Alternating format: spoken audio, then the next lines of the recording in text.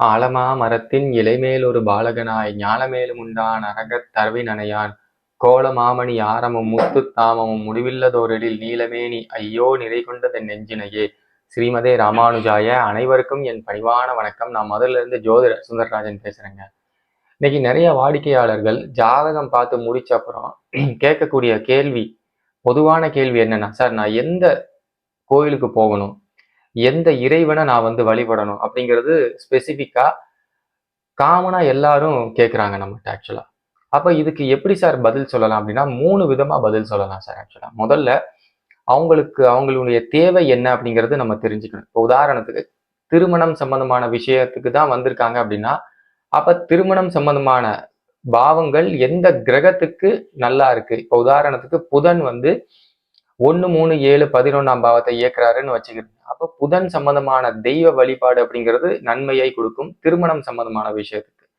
அதே நேரத்துல அவங்க சார் எனக்கு ஆபீஸ் நான் போயிட்டு இருக்கேன், எனக்கு ஒரு கேரியர்ல ஒரு ப்ரொமோஷன் வேணும் சார், ஒரு ஹைக் வேணும் சார் அப்படின்னு கேட்டாங்க அப்படின்னா, அதே நேரத்துல சார் பிசினஸ் கொஞ்சம் டல்லா இருக்கு, பிசினஸ் இன்னும் கொஞ்சம் ப்ராஃபிட் வந்தா நல்லா இருக்கும் அப்படின்னு எதிர்பார்க்கிறேன் அப்படின்னா, அவங்களுக்கு எந்த கிரகம் 2, 4, 6, 10ஆம் பாவத்தை இயக்குதோ அந்த கிரகம் சம்பந்தமான தெய்வத்தினுடைய வழிபாடு சொன்னோம் அப்படின்னா அது அவங்களுக்கு நல்லா இருக்கும்.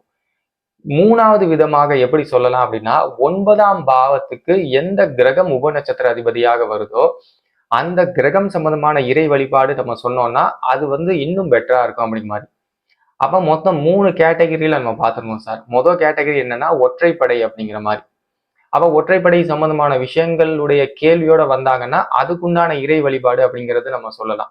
இரட்டைப்படை சம்பந்தமான விஷயங்களோட நம்மகிட்ட வந்தாங்கன்னா அதுக்குண்டான இறை வழிபாடு நம்ம தாராளமா சொல்லலாம்.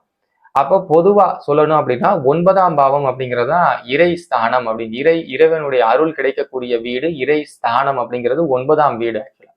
அப்ப 9ஆம் வீடுக்கு எந்த கிரகம் உபநட்சத்திர அதிபதியாக வருதோ அந்த கிரகம் சம்பந்தமான இறை வழிபாடு அப்படிங்கிறது நிச்சயமா அந்த ஜாதகருக்கு நற்பலனை கொடுக்கும் அப்படிங்கிற மாதிரி.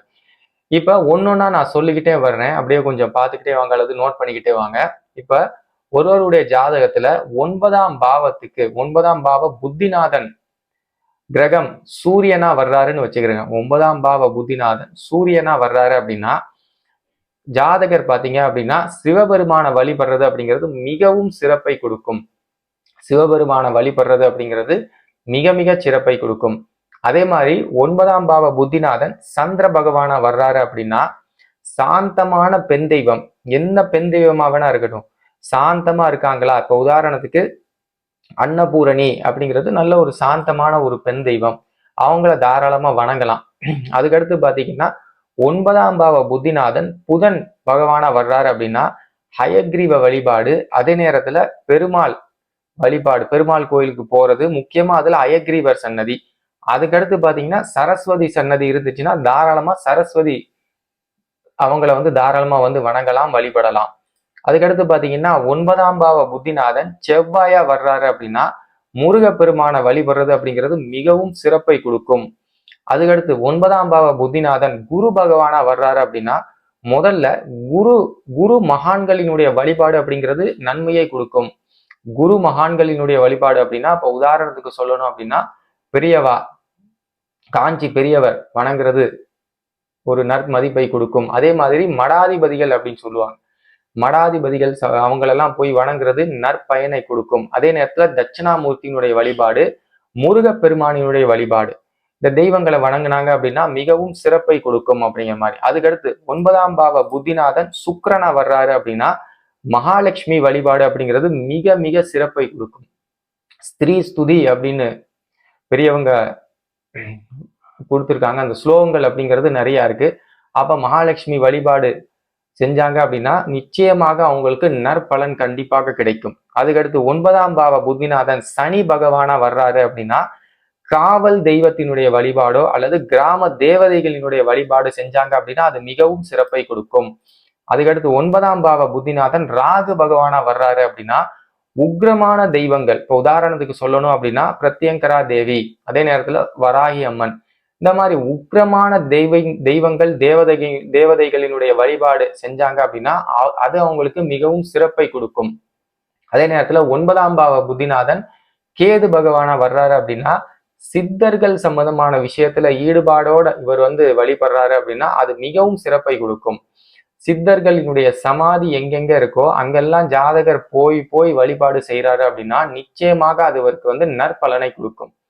அதாவது சார், ஒரு ஜாதகத்துல நிறைய விஷயங்களை நம்ம பார்க்கணும். முதல்ல லக்னம் அப்படிங்கிறது ஜாதகரினுடைய சுய முயற்சி அப்படிங்கிற மாதிரி. ஜாதகரினுடைய சுய முயற்சி அப்படிங்கிறது லக்னம். அதுக்கடுத்து நடப்பு திசை, நடப்பு புத்தி அப்படிங்கிறது அந்த சூழலை நமக்கு எடுத்து காட்டும். இந்த சூழல்ல தான் இப்ப ஜாதகர் இருக்காரு அப்படிங்கிறது. அப்ப இதெல்லாம் தாண்டி ஒரு எக்ஸ்ட்ரா சப்போர்ட் வேணும் அப்படின்னா அது இறைவனுடைய சப்போர்ட் அப்படிங்கிறது நமக்கு தெரியும். அப்ப இறைவனுடைய சப்போர்ட் அல்லது இறைவனுடைய ஒரு அருள் அப்படிங்கிறது எந்த பாவத்துல இருந்து வரும்? 9ஆம் பாவத்துல இருந்து நமக்கு இறைவனுடைய அருள் அப்படிங்கிறது கண்டிப்பா கிடைக்கும். அப்ப அந்த 9ஆம் பாவத்துல எந்த கிரகம் புத்திநாதனா வருதோ அந்த கிரகம் சம்பந்தமான இறைவனை நம்ம வழிபட வழிபட நமக்கு நிச்சயமாக அந்த அருள் அப்படிங்கிறது கண்டிப்பா கிடைக்கும். அதாவது நம்ம முயற்சி அப்படிங்கிறது ஒரு பக்கம் இருந்தாலும் இறைவனுடைய அருள் கண்டிப்பா நமக்கு வேணும். அது நம்மளுடைய ஜாதகத்துல 9ஆம் பாவத்துக்கு புத்திநாதன் எந்த கிரகமா வருதோ அந்த கிரகம் சார்ந்த தெய்வங்களை நம்ம வழிபட வழிபட அது மேலும் நமக்கு சிறப்பை கொடுக்கும் அப்படிங்கிறதான் இந்த விஷயம். அப்போ உங்க ஜாதகத்தை கேபி முறையில டிகிரியின் அடிப்படையில கணிங்க. 9ஆம் பாவத்துக்கு எந்த கிரகம் புத்திநாதனா வருது அப்படின்னு பாருங்க. அப்ப அந்த கிரகம் சார்ந்த தெய்வங்களை நீங்க தாராளமா வணங்கலாம் அப்படின்னு சொல்லி இந்த பதிவை முடிக்கிறேன். அப்ப உங்களுக்கு என்கிட்ட ஜாதகம் பார்க்கணும். முக்கியமா நிறைய கேள்வி, இளைஞர்கிட்ட நிறைய கேள்விகள் இருக்கு. சார், எனக்கு நல்ல ஜாப் கிடைக்குமா, விசா கிடைக்குமா, நான் ஒரு பொண்ணை மனசுல நினைச்சிருக்கேன், அவங்களே எனக்கு மனைவியா வருவாங்க, இது மாதிரி நிறைய கேள்விகள் இருக்கு. அதே நேரத்துல உங்களுக்கு என்கிட்ட ஜாதகம் பார்க்கணும் அப்படின்னா தாராளமா கீழே டிஸ்கிரிப்ஷன்ல என்னுடைய வாட்ஸ்அப் நம்பர் இருக்கு, தொடர்பு கொள்ளுங்க. அதே மாதிரி உங்களுக்கு என்கிட்ட இந்த உயர்கணித சார ஜோதிட முறையில ஒரு கோர்ஸா படிக்கணும் அப்படின்னாலும் ஆன்லைன்ல நான் சொல்லி கொடுக்குறேன். தொடர்பு கொள்ளுங்க, தொடர்ந்து பேசலாம். நன்றி, வணக்கம், வாழ்க வளமுடன். ஸ்ரீமதே ராமானுஜாய.